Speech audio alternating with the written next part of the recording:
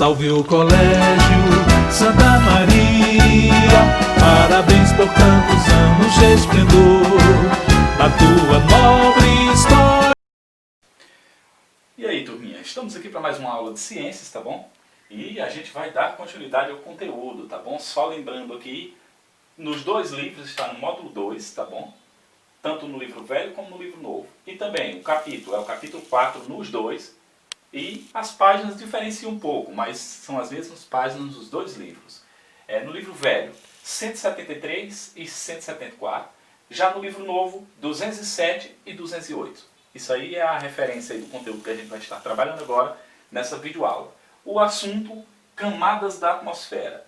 Meu querido e minhas queridas, a atmosfera terrestre é dividida em camadas. E a gente vai falar sobre cada uma delas, tá bom? Veja bem, a gente, para introduzir esse conteúdo, a gente fez aqui um desenho, só para mostrar para vocês, sobre essas camadas, tá bom? E a gente destacou um pouquinho o desenho que está no livro, tá bom? Só para você ter mais um pouco dessa noção aí, tá bom? Sobre esses conteúdos. Veja bem, camadas da atmosfera. Nós vamos falar primeiramente, tá bom? Aqui no livro de vocês, na página 205, tá? E no livro velho, na página 172, tá bom? Quero que vocês dêem uma olhada. Veja bem, nós vamos começar falando aí sobre a exosfera, tá bom? Veja bem, a exosfera, essa camada aqui, tá? Que ela fica um pouco mais, digamos assim, distante em relação ao centro, a parte superior da crosta terrestre, tá bom? Então ela fica bem mais acima da Terra, do centro da superfície da Terra. Veja bem, a exosfera é a camada, ou essa camada, é o limite superior da Terra, tá? Da atmosfera terrestre, pois está acima, né? Digamos assim, acima dessa camada, acima dela, tá? Encontra-se o espaço sideral. A exosfera apresenta poucos gases, né? E temperaturas muito baixas. Veja bem, nessa camada aqui, no caso, a última camada, em relação à órbita da Terra, é claro que nessa camada aqui já não existe mais força gravitacional. Só lembrando, força gravitacional é a força que atrai todos os corpos para a superfície da Terra. Então, na exosfera, que é essa última camada aqui, já não existe mais força gravitacional. Todavia, ainda é a órbita do nosso planeta, tá bom? Veja bem, abaixo da exosfera, que no caso é a camada mais distante em relação, dentre todas elas, é a camada mais distante em relação à superfície do planeta, tá bom? Veja bem, temos abaixo dela a termosfera, tá bom? Essa camada aí, ela é a camada de ar, ou de gases, tá?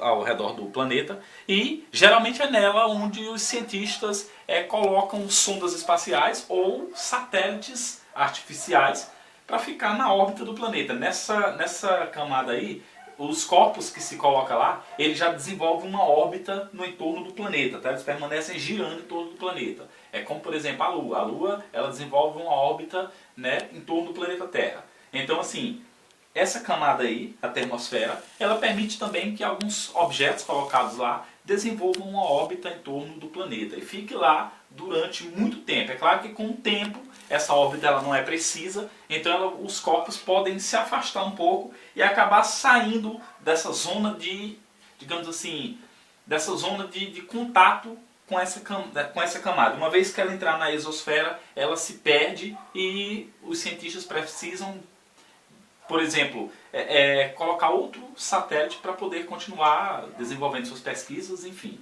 Por quê? Porque uma vez que ela sai dessa camada, se perde o contato com esse corpo, né? Ou com esses satélites. Eles se perdem pelo espaço. Por exemplo, o satélite mais conhecido que nós já ouvimos falar é o Hubble. Ele está lá no espaço há muito tempo e, em termos de tecnologia, eu diria que hoje é um dos satélites mais sofisticados que existe. É claro que já foram inventados outros e com as mesmas tecnologias e corrigindo algumas coisas que há no Hubble para, a partir de 2025, digamos assim, usando um termo bem comum, aposentar o Hubble, né? Porque ele vai ficar inativo, suas baterias se acabarão, e entra outro satélite para substituir, no caso, para substituir o Hubble.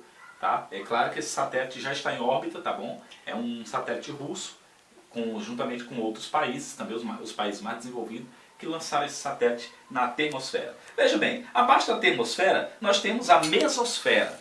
Se vocês derem uma olhada aí, a mesosfera na atmosfera da Terra, tá? O ar diminui, tá? E também conforme a altitude aumenta, a quantidade de ar também diminui, ou seja, ele se torna rarefeito. Em outras palavras dizendo, fica mais difícil, cada vez que você se afasta mais da superfície da Terra, respirar nesses locais, tá bom? Nesse local da atmosfera terrestre.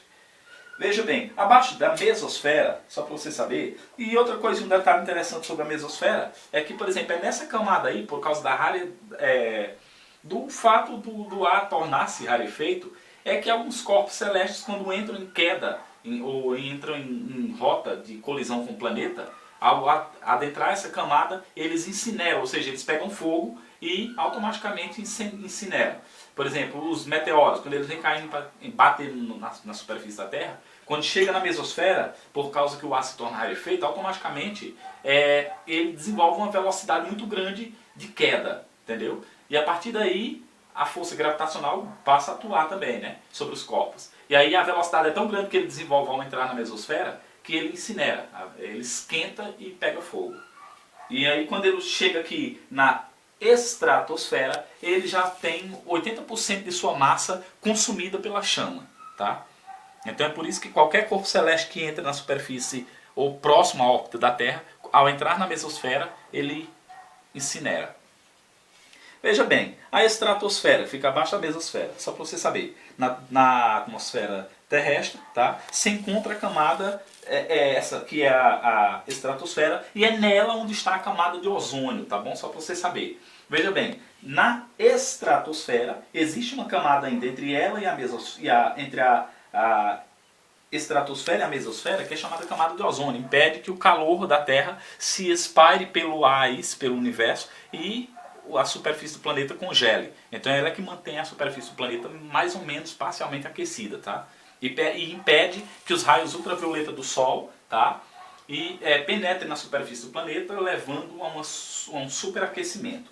Veja bem, abaixo da estratosfera temos a troposfera, que é a camada de ar, tá bom, que está mais próximo à superfície do planeta. Geralmente é onde os aviões circulam, os balões, enfim. É nessa camada aí, que está bem próximo ao planeta, tá? A primeira camada, onde, digamos assim, está toda a atmosfera terrestre, o ar que nós respiramos, tá bom? E automaticamente é nessa camada aí onde nós desenvolvemos, digamos assim, grande parte dos nossos trabalhos. Por exemplo, é nela, por exemplo, que nós nos usamos para fazer viagens por meio de aviões, enfim. Essas camadas de ar, tá, estão no entorno da Terra. São várias camadas, como vocês viram aí, mais especificamente 5. E é claro que tem outras, mas essas outras a gente vai falar em outras aulas, talvez mais para frente. Tá? Mas as principais são estas daí. Veja bem, a importância do ar para os seres vivos. O ar atmosférico é essencial para os seres vivos, pois é dele que os animais e as plantas retiram oxigênio. Também é dessa camada que as plantas absorvem o gás carbônico usado para produzir o seu alimento e automaticamente fazendo a troca gasosa, tá? Devolvendo para o ambiente o oxigênio e retirando para si o gás carbônico que ela usa no processo de elaboração do seu próprio alimento, tá bom? Durante a fotossíntese. A atmosfera terrestre atua como uma camada protetora, tá? Evitando que parte dos raios solares chegue à atmosfera, ou chegue, perdão, à superfície do planeta. Nessa atmosfera terrestre, tá? Acima dela, como vocês viram aí, existe uma camada chamada estratosfera, tá? Que é lá onde está a camada de ozônio. E automaticamente é a barreira natural do planeta de defesa contra os raios ultravioleta do Sol. Mas a atmosfera também tem a sua grande importância, porque ela retém boa parte desse calor e isso auxilia na temperatura média do planeta, para que permita a vida sobre ele.